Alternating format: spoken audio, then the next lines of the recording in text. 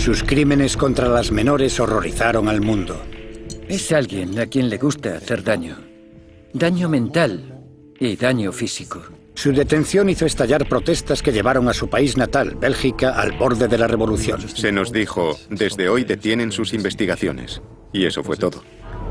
Su oscuro pasado alimenta teorías conspirativas hasta el día de hoy. Había un sentimiento de incredulidad, de sublevación. Esta es la espeluznante historia del monstruo de Bélgica. ¿Quién era? ¿Cómo fue capaz de secuestrar, violar y asesinar a niñas justo delante de las narices de la policía de este país europeo moderno? ¿Alguien lo protegía? ¿O se benefició de una lista de errores judiciales? No creo que haya ni una sola persona en este país que conozca toda la historia.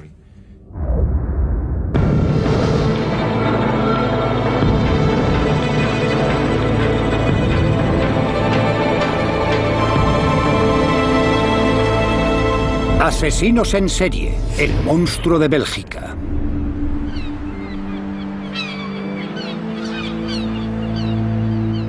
En agosto de 1995, Anne Marshall, de 17 años, y su amiga Eve Lambrecht, de 19, van de acampada con un grupo de amigos a Blankenberge, en la costa belga del Mar del Norte. A pesar de los reparos del padre de Anne, Paul. Era la primera vez que se iba de vacaciones sin ningún padre.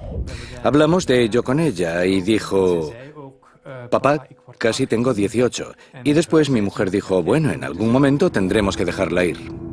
Durante las vacaciones, Anne y Eve asistieron a un espectáculo de hipnosis. Cuando estaban sobre el escenario fueron filmadas por un espectador. Más tarde, aquella misma noche, el padre de Anne recibe una llamada inquietante. Recibimos una llamada de uno de sus amigos y nos dijo que Anne y Eve no habían regresado del espectáculo al que habían asistido en Blankenberge la noche anterior. Estaba realmente aterrado. Algo iba mal. No tenía sentido. Cuando Paul se reúne con la policía al día siguiente, se preocupa por la aparente falta de interés de esta. Les pregunté: ¿entonces qué van a hacer? No se preocupe, las chicas volverán. Probablemente solo estén buscando algo de aventura. Seguro que aparecerán. Estaba aturdido. Siempre había creído que la policía estaba ahí para asegurarse de que todo iba bien, de que todo funciona con seguridad.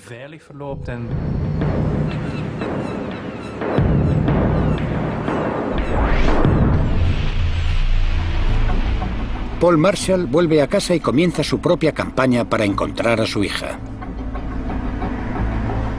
No habían hecho carteles ni habían empezado la búsqueda, lo hicimos nosotros mismos.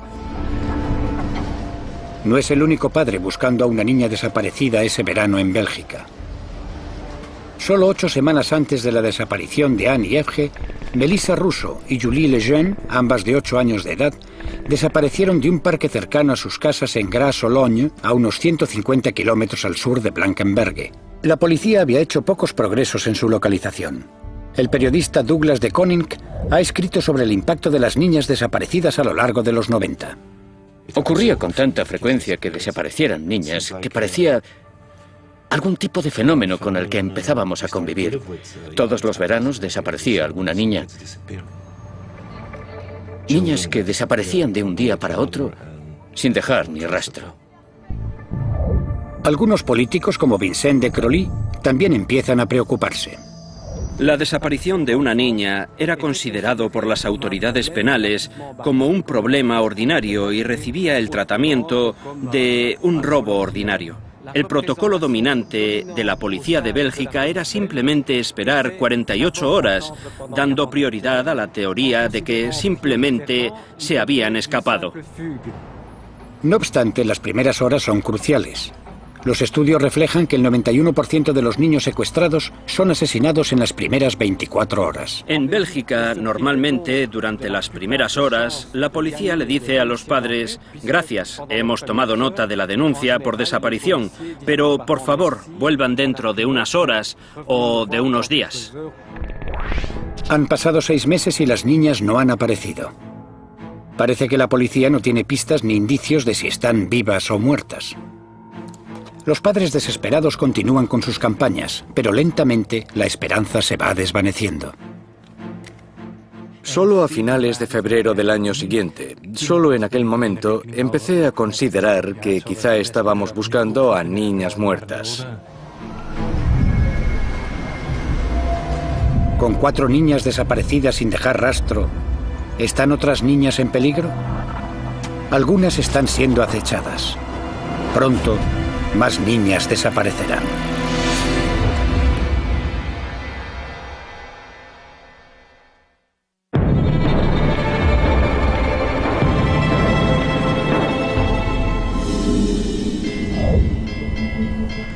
Un día de verano de 1996, Sabine Dardenne, de 12 años, recorre el trayecto hacia el colegio como de costumbre.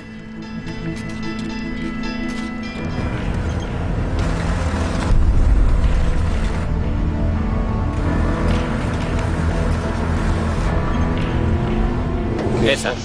Ponte a su lado. Vamos, vamos, vamos.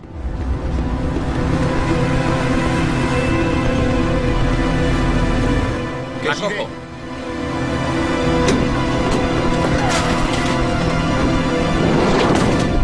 ¡Quieta! ¡Písale, písale!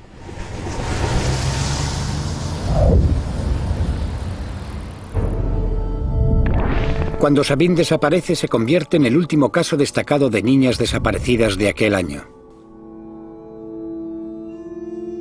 En respuesta a la creciente preocupación, las autoridades crean la Unidad de Personas Desaparecidas para coordinar las distintas investigaciones. Entre los investigadores se encuentra Albert Prim. No teníamos ninguna pista relacionada con algún criminal conocido. Investigamos tantas pistas como pudimos, pero ninguna ofreció resultados. No era posible pensar que solo una persona podía ser culpable de todas las desapariciones. Aquello era completamente impensable, al menos en aquel momento. Pasaron 10 semanas y la desaparición de Sabine se desvanece de los titulares. Más tarde, cuando los investigadores aún luchan por encontrar alguna pista fiable, otra niña se convierte en objetivo. Leticia Deleuze, de 14 años de edad, vuelve a casa desde la piscina local de Bertrix, al sur de Bélgica. Es secuestrada a plena luz del día.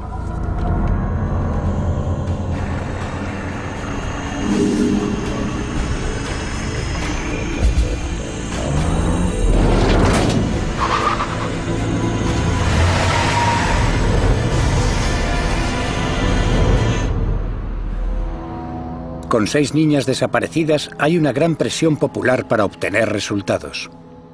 Michel Desmoulins, un investigador de la pequeña ciudad de Dinant, es uno de los agentes adicionales encargados de la búsqueda de Leticia. El 9 de agosto de 1996, el día de la desaparición de Leticia, me llamaron, al igual que a otros investigadores, para participar en la búsqueda relacionada con esta desaparición, ya que las pesquisas habían dado hasta el momento un montón de datos que debían ser comprobados. Después de 2 o 3 días de búsqueda, aún no habíamos encontrado a Leticia, pero habíamos conseguido algunas declaraciones que nos parecían interesantes. Una era la declaración de un residente del lugar que había visto un vehículo sospechoso en el pueblo. Pudimos obtener parte de la matrícula de la furgoneta, de una furgoneta blanca. También obtuvimos una buena descripción de ella.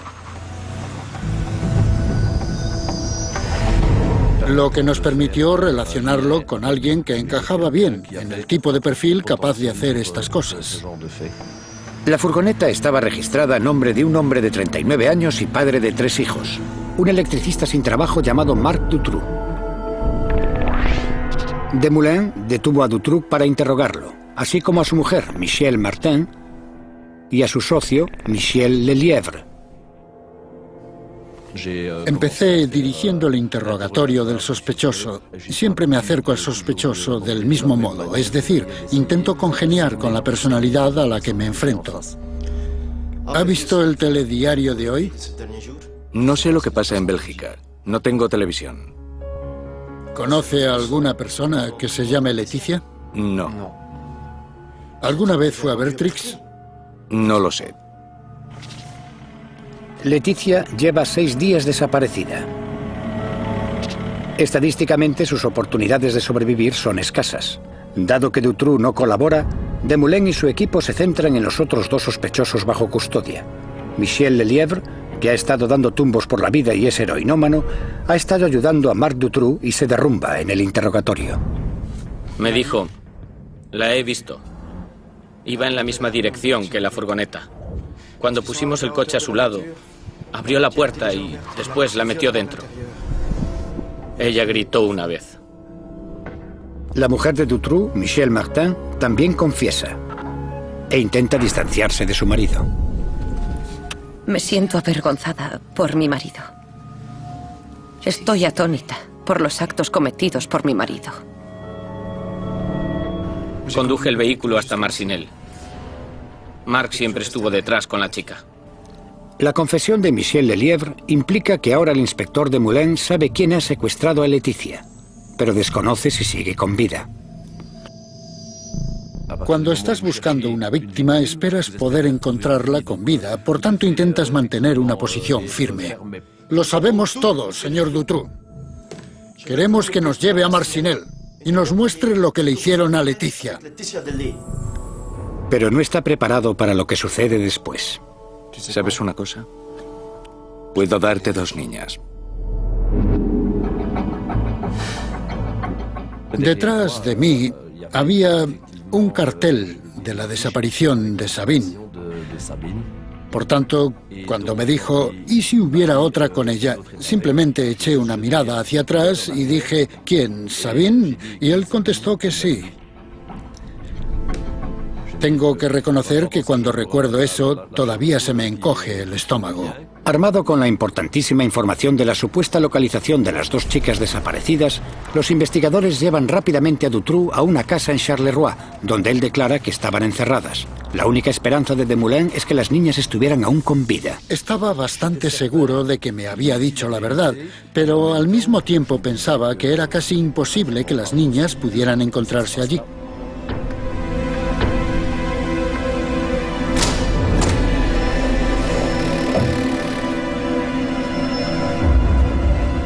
En una celda diminuta y mugrienta bajo la casa, Desmoulins encuentra a Leticia Deleuze secuestrada 6 días antes.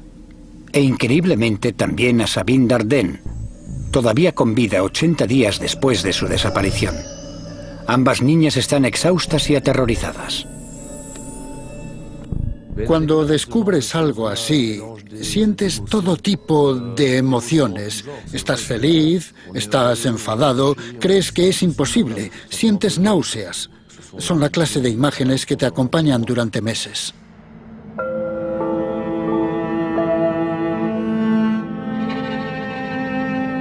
Ante la atenta mirada de los medios de todo el mundo, las 2 niñas ven la luz del día por primera vez desde su secuestro. Reconocí a Leticia enseguida. Pero en un primer momento no podía creer que fuera Sabine, y no fui el único.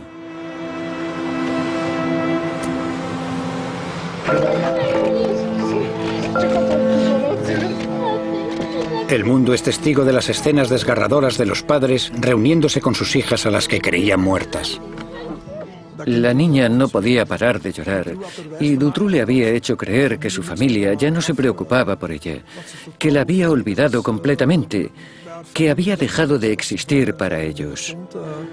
La mirada de estas niñas realmente daba escalofríos, incluso a un policía acostumbrado a ver muchas cosas. El haber encontrado a las niñas dio a Bélgica y a algunos padres desesperados esperanza. Me alegraba por Sabina y por Leticia, por sus padres, por sus familias, por sus amigos. Y al mismo tiempo pensé, nosotros también tenemos esperanza. Sin embargo, tras más interrogatorios, Dutroux indica a la policía la localización de las otras niñas desaparecidas durante los 2 días siguientes. La continuación de los crímenes y el abuso de las prestaciones permiten a Dutroux adquirir 7 casas que le ofrecen lugares de mala muerte para las niñas a las que secuestra. Julie Lejeune y Melissa Russo, las 2 niñas de 8 años desaparecidas juntas en junio de 1995, son encontradas enterradas en el jardín trasero de una de esas casas. Murieron de inanición mientras él estuvo encarcelado por robo de coches. Cuando se descubrieron los cadáveres de Julie y Melissa, un terrible sentimiento de horror sacudió a todo el país. Dutroux había encargado a su mujer, Michelle Martin, que alimentara a Julie y a Melissa, pero esta declaró estar demasiado asustada para acudir al calabozo donde las tenía encerradas. El psicólogo infantil, Jean-Yves Vallée, opina sobre el caso. Cree que la personalidad de la mujer de Dutroux puede haber desempeñado un papel en los terribles crímenes de su marido. Creo que Michelle Martin era una mujer masoquista pasiva y opino que le tenía mucho miedo. Para mí ella también es responsable por no haberlo denunciado, por no haberlo entregado. Pudo haberlo hecho de forma anónima si tanto miedo tenía, pero no lo hizo. 17 días después de su primera confesión, Dutroux dirige a la policía a una propiedad en el pueblo de Jemelle, donde los investigadores encuentran los cadáveres de Anne Marshall y F. Lambrecht, que habían desaparecido durante sus vacaciones hacía más de un año. Las chicas habían sido drogadas y enterradas vivas. Para Paul Marshall, la búsqueda de su hija ha terminado. Por supuesto, fue muy doloroso cuando lo supimos.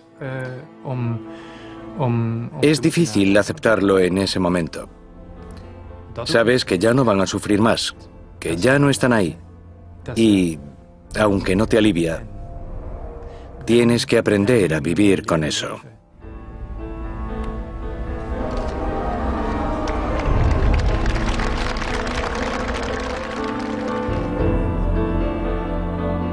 Se han encontrado a las 6 chicas desaparecidas.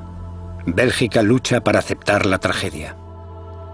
Por todo el país había mucha angustia, mucha rabia, mucha tristeza e incomprensión.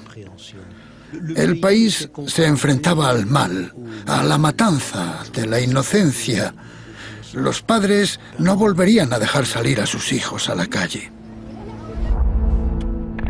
Una vez bajo custodia, los psicólogos no consiguen evaluar la personalidad del hombre que ha confesado cometer crímenes terribles. Mis colegas que lo evaluaron lo definieron como un psicópata pervertido, pero no esencialmente un pedófilo, ya que para él las niñas no eran un objeto exclusivo de deseo, eran un objeto entre otros. Pronto se determinó que la naturaleza psicópata de Dutroux podría tener origen en una infancia turbulenta y sin amor, que lo llevó a cometer delitos menores y a vender su cuerpo a hombres mayores durante su adolescencia. Se crió en el entorno familiar típico de los psicópatas. Una madre muy dominante, un padre muy agresivo, una pareja muy egoísta. Como resultado tenemos a un joven Marc Dutroux muy egoísta. Pero para comprender completamente con quién estaban tratando, los investigadores hablan con Sabine Dardenne, quien había sobrevivido 11 semanas en las garras de Dutroux. Con su testimonio, empezaron a construir el perfil del hombre cuyos crímenes habían horrorizado al mundo.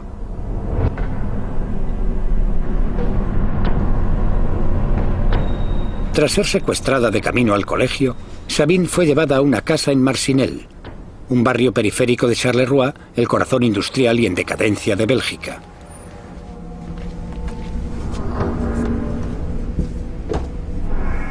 Su captor drogó a Sabine, la llevó escaleras arriba al primer piso y la encadenó a la cama.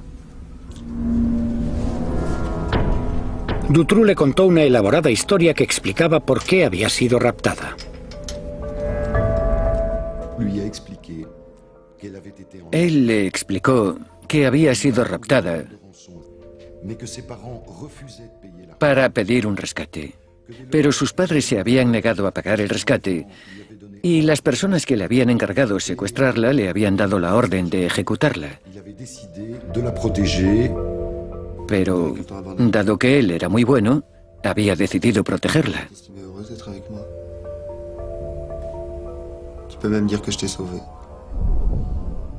A cambio de esa protección, ella debía concederle algunos favores, y todo el mundo entiende lo que eso significa. Encerrada y sola, Sabine Dardenne fue violada repetidas veces por su captor, o en palabras de este, por su salvador. Es alguien a quien le gusta hacer daño. Es alguien a quien le gusta practicar todo tipo de manipulación mental, causar daño mental y daño físico.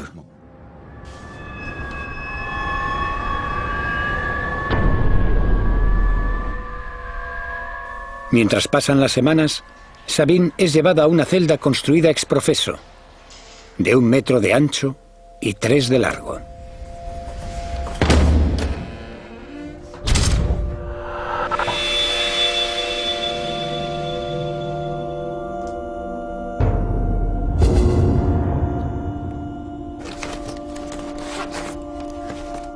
Ella guardó un diario y cada día escribía en él una nota.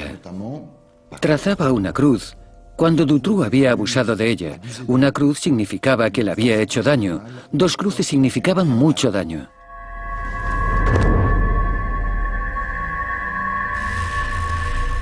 El captor de Sabine le permitía escribir cartas y le prometía que se las enviaría a sus padres.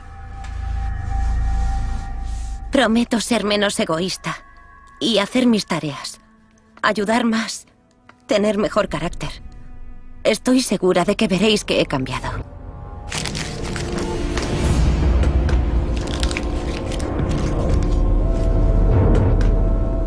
Pero las cartas nunca se enviaron. Creo que la mayoría de los niños interpretan la ausencia de rescate como una señal de que los padres ya no se preocupan por ellos. Forma parte de la ingenuidad de los niños.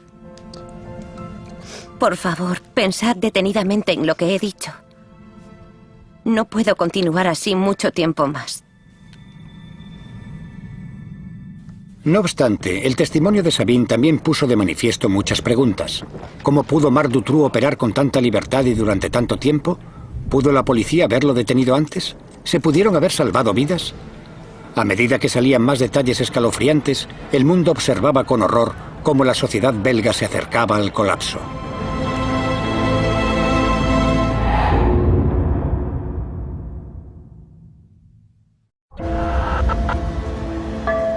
En agosto de 1996, Sabine Dardenne, de 12 años de edad, y Leticia Deleuze, de 14 años, fueron rescatadas del sótano situado bajo una casa en ruinas al sur de Bélgica.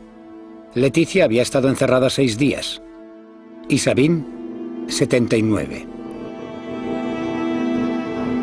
Pero aunque ellas sobrevivieron, 4 chicas habían perecido en manos de su captor, Marc Dutroux. Durante los meses siguientes salen a la luz una serie de revelaciones devastadoras sobre el pasado de Dutroux y su relación con las autoridades del país. Los belgas caen horrorizados en la cuenta de que la policía lo podía haber detenido mucho tiempo antes, salvando posiblemente las vidas de las otras 4 niñas. El nombre de Marc Dutroux estuvo bajo sospecha en menos de 2 semanas tras la desaparición de Julie y Melissa. Por tanto, la policía tenía toda la información con la que podía soñar. Las condiciones para arrestar a Marc Dutroux se dieron muchos meses antes de su arresto. Los secuestros que siguieron a la desaparición de Julie y de Melissa podrían haberse evitado. Estamos completamente seguros de que Dutroux podría haber sido arrestado. La información sale a la luz. En 1989, 6 años antes de la desaparición de Julie Lejeune y Melissa Russo, Dutroux y su mujer fueron condenados por el secuestro y violación de 5 niñas. Dutroux salió en libertad en 3 años pese a ser una condena de 13 años de prisión. Era completamente previsible que este hombre sufriría una recaída. Era una bomba de relojería, una poderosa bomba de relojería. Desde su puesta en libertad en 1992, estuvo enviando señales luminosas. Un informador de la policía declaró que Dutroux le había pedido ayuda para secuestrar a una niña. Incluso la propia madre de Dutroux dio el chivatazo a la policía de que era posible que su hijo escondiera a niñas en su casa.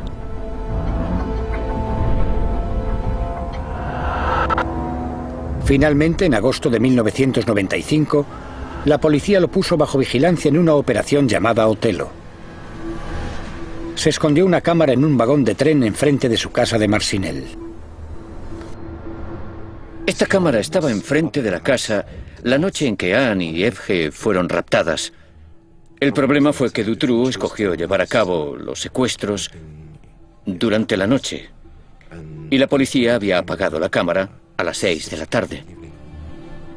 Después de eso nos dijeron que, por motivos de operatividad, la cámara solo se encendía de 8 de la mañana a 6 de la tarde, más o menos. Esto es muy inteligente si quieres coger a un pedófilo que secuestra a niñas. El agente al mando de la operación Otelo, René Michaud, visitó la casa en diciembre de 1995. Dutroux había sido investigado sobre los coches robados y ese era el momento oportuno para inspeccionar su casa. También estaba presente un cerrajero, Alain Lejour, que acompañaba a la policía en su investigación. ¿No ha escuchado unas voces de niños? De repente escucharon voces de niños. Escuchó voces y empezó la conversación con... ¿Escuchó eso? No, son los niños de la calle. No, se escuchan aquí, están aquí dentro. Silencio. ¿Quién es el policía aquí? Venga, vamos. El cerrajero dijo, escuché voces y está claro que proceden de ahí, a 2 metros de donde estamos. Las voces eran de Melissa Russo y de Julie Lejeune. 3 meses más tarde, estaban muertas. No olvidemos que la desaparición de Melissa y Julie era la noticia principal de Bélgica. Era la prioridad de la policía. O al menos eso nos dijeron. Michaud encontró videocasetes durante su registro. No vieron las cintas. Más tarde la explicación fue que no tenían un aparato de vídeo. En una de esas cintas podemos ver a Marc Dutroux construyendo la jaula. La explicación de dónde estaba y de cómo la había construido estaba en el vídeo. Solo tenían que ver la cinta, pero no tenían un vídeo. Una vez más es la versión oficial. Lo siento, no me lo trago. René Michaud siempre declaró que la puerta del calabozo estaba tan bien escondida que le fue imposible darse cuenta de su verdadera importancia. Una declaración respaldada por otros investigadores que habían estado en la casa. El espacio en el que las niñas habían sido confinadas era difícil de encontrar porque había colocado estanterías delante de la puerta. Estaban llenas de caja, de basura, todo amontonado. Por tanto, nadie podría haber sospechado que detrás de la pared se había construido una celda para esconder a las niñas en ella. No puedo concebir a un investigador que no pusiera todo de su parte en la búsqueda de una niña. Michaud, quien murió en enero de 2009, mantenía que su fracaso a la hora de encontrar a las niñas le atormentaba. Otros son escépticos. Para aceptar la palabra incompetencia, lo siento, hay un límite en lo que se puede considerar incompetencia.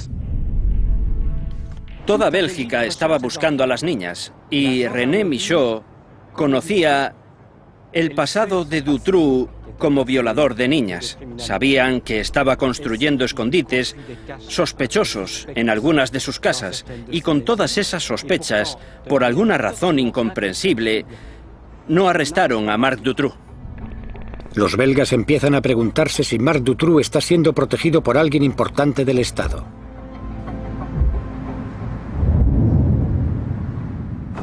Mientras se encuentra bajo custodia, el propio Dutroux aviva las llamas de la conspiración con una declaración controvertida que cambiará para siempre la percepción global del caso. Expone que forma parte de una red nacional de pedofilia cuyos tentáculos se alargan hasta lo más alto de la sociedad belga. La preparación del caso contra Dutroux se le asigna al juez de instrucción Jean-Marc Connerot. Este está decidido a encontrar la verdad. Connerot arresta a los socios de Dutroux. Uno de ellos es Michel Niul, un bien relacionado hombre de negocios bruselés y dueño de un pub. Forma parte de las orgías de Bruselas de principios de los 80. Es la clase de tipo que cuenta historias sobre cintas que le permitieron extorsionar a un ministro que estaba involucrado en algún tipo de crimen. En una primera apelación pública aparecen 11 víctimas anteriores de Dutroux. Se les conoce como las testigos X, y a cada una se le da un nombre en clave. Regina Louf es X1. Lo vi en la televisión y a toda esa gente gritándole. Fue una experiencia muy extraña para mí.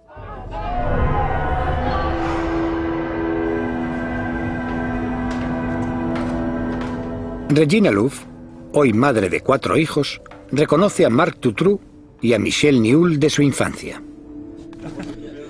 Mi madre tenía un novio y este me alquiló a otro hombre en una especie de red de prostitución y allí conocí a Nihoul.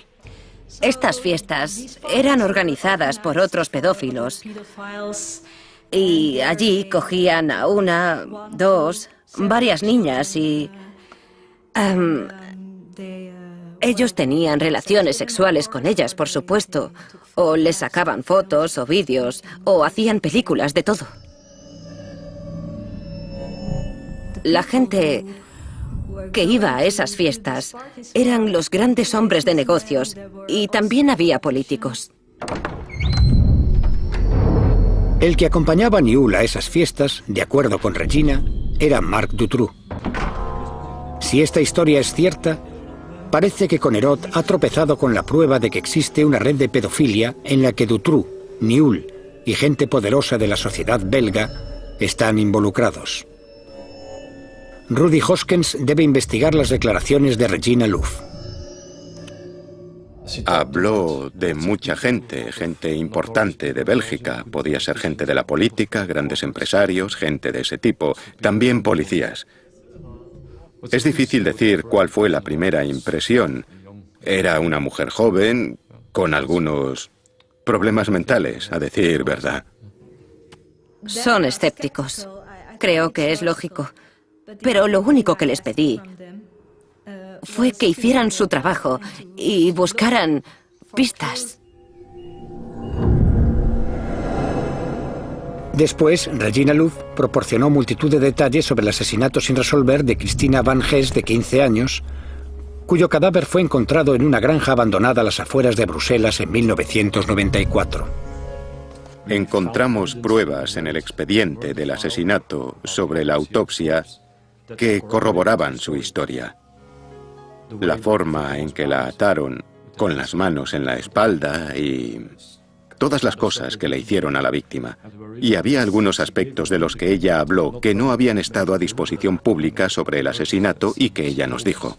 La información que dio Regina Louf sobre el asesinato de Van Ges persuadió a Hoskens de que quizá había algo de verdad en el resto de la declaración. Si existe solo el 10 o el 20%, para mí está claro que merece la pena investigarlo. Pero las implicaciones de este testimonio también están claras. Una red de pedofilia de clientes ricos y criminales protegidos por las autoridades. Si ella tiene razón sobre el crimen, el móvil y el modo en el que se cometió, existe un gran peligro. Ella debía estar en lo cierto acerca del sospechoso. Creo que la gente de cierto nivel tenía miedo de eso.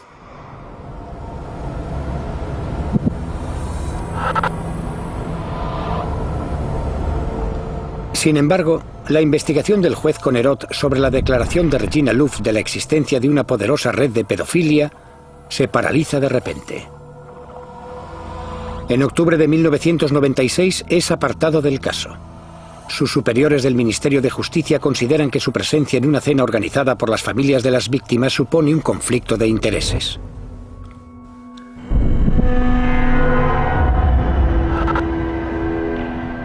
Rudy Hoskens y el equipo que trabaja con las testigos X son convocados por el Departamento de Justicia. En aquella reunión se nos dijo, desde hoy detienen sus investigaciones. Y eso fue todo. Estábamos yendo demasiado lejos para alguna gente.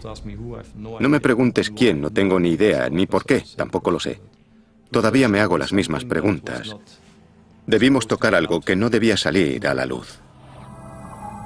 La destitución de Conerot tiene un efecto devastador en la confianza de la opinión pública en la investigación contra Dutroux. Llevo 15 años cubriendo las investigaciones criminales de este país. Puedo dar cientos de nombres de jueces que han cenado con las víctimas, con los abogados de los principales sospechosos. Eso sucede todo el tiempo. Siempre creí en Conerot. En mi opinión, aquello apestaba y todavía apesta. Cientos de miles de belgas están de acuerdo. El 20 de octubre de 1996, el escándalo nacional termina en una gigantesca marcha organizada por las familias de las víctimas de Dutroux. Había un sentimiento de incredulidad, de sublevación. El sentimiento de que aquello no podía continuar así. 300.000 personas se manifestaron en Bruselas. Los trabajadores de todo el país se pusieron en huelga y los bomberos dirigieron sus mangueras a los edificios del gobierno para limpiar simbólicamente la corrupción oficial. Bélgica estaba al borde de la revolución.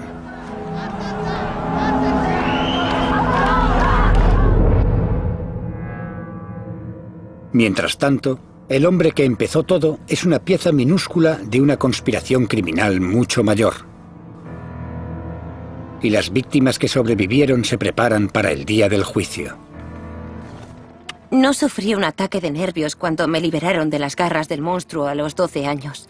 Pero cuando cumplí los 20, a mis nervios les esperaba otra difícil prueba. Estar cara a cara con Marc Dutroux.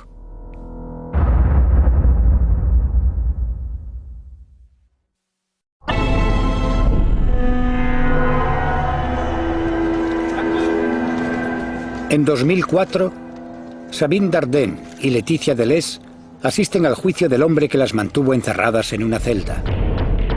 En el banquillo con Marc Dutroux están su exmujer Michel Martin y sus presuntos cómplices Michel Nihoul y Michel Lelièvre. Se tardó 8 años en llevar a Dutroux a juicio. Oficialmente, porque las autoridades habían pasado años investigando cientos de pistas sobre la red de pedofilia que la policía está convencida de que no existe.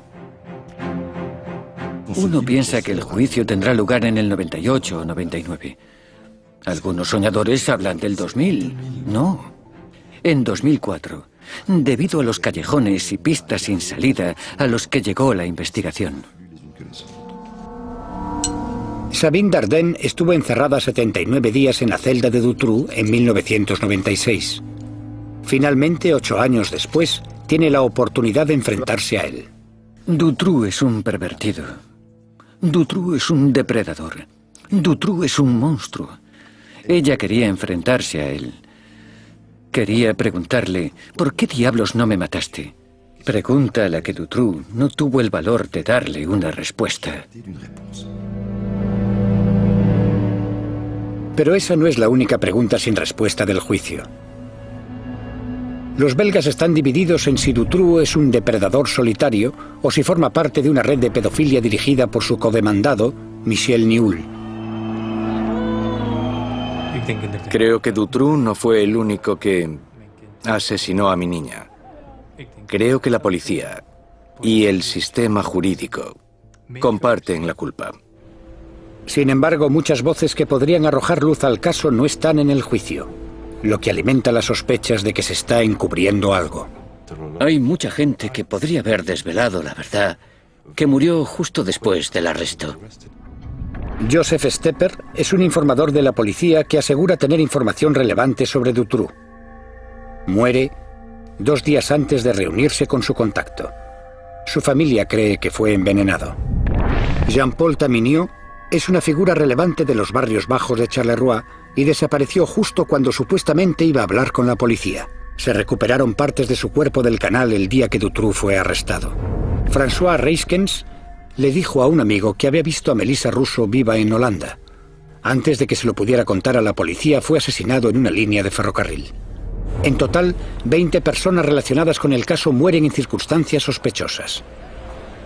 Tampoco aparece Regina Louf, cuyas declaraciones a la policía en 1996 parecían probar la existencia de una red de pedofilia con ricos clientes involucrados y dirigida por Michel Nihoul.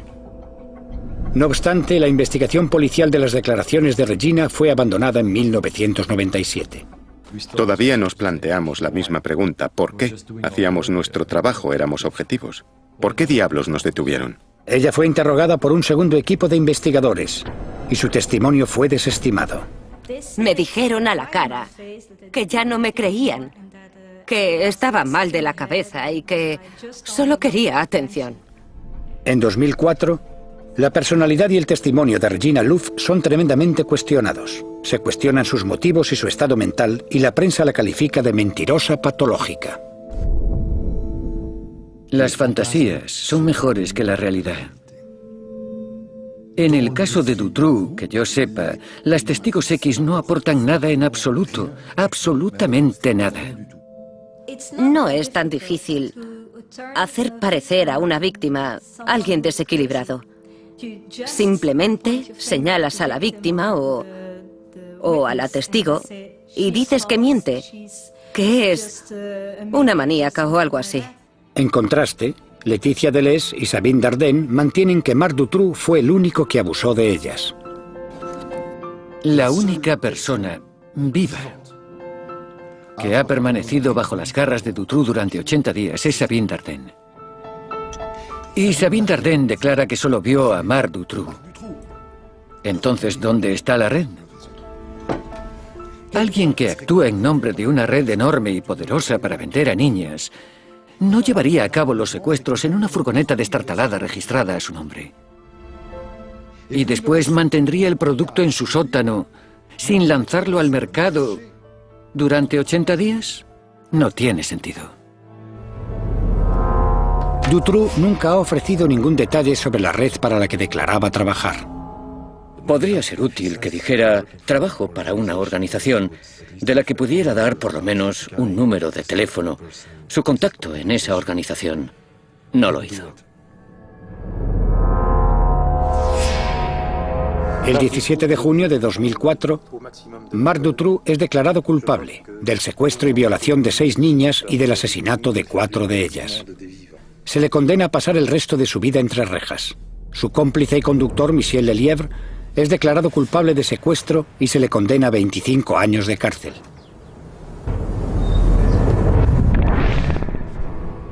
La exmujer de Dutroux, Michelle Martin, es declarada culpable de conspirar en los secuestros y se le condena a 30 años de prisión. El empresario Michel Nihoul es condenado por delitos de tráfico de estupefacientes, pero es absuelto como cómplice de Dutroux. Por tanto, oficialmente no existe una red de pedofilia, ni clientes poderosos, ni un encubrimiento por parte de las autoridades. La investigación prueba que Marc Dutroux actuó solo. No hemos encontrado ni un solo elemento, ni durante la investigación, ni más adelante, que indique la existencia de una red en el pasado o en el presente en este país. Pero no todo el mundo está satisfecho. No creo que nunca lleguemos a conocer la historia completa. No creo que haya una sola persona en este país que conozca toda la historia. Las preguntas de si Marc Dutroux actuó solo o si formaba parte de una red criminal mayor nunca han sido resueltas. Es obvio que podría haber sido arrestado mucho antes. Está claro que Julie y Melissa podrían haber sido salvadas, al igual que las víctimas posteriores. La pregunta siempre será si se trató simplemente de mala suerte o si hubo otras circunstancias. Un informe parlamentario belga acusa a la policía de ineptos e ineficaces. Pero incluso semejantes hallazgos condenatorios proporcionan poca claridad al caso que llevó al país al borde del desastre. Antes decía que quería saber la verdad. Ahora digo que quiero llegar lo más cerca posible de la verdad porque no se nos permite conocerla.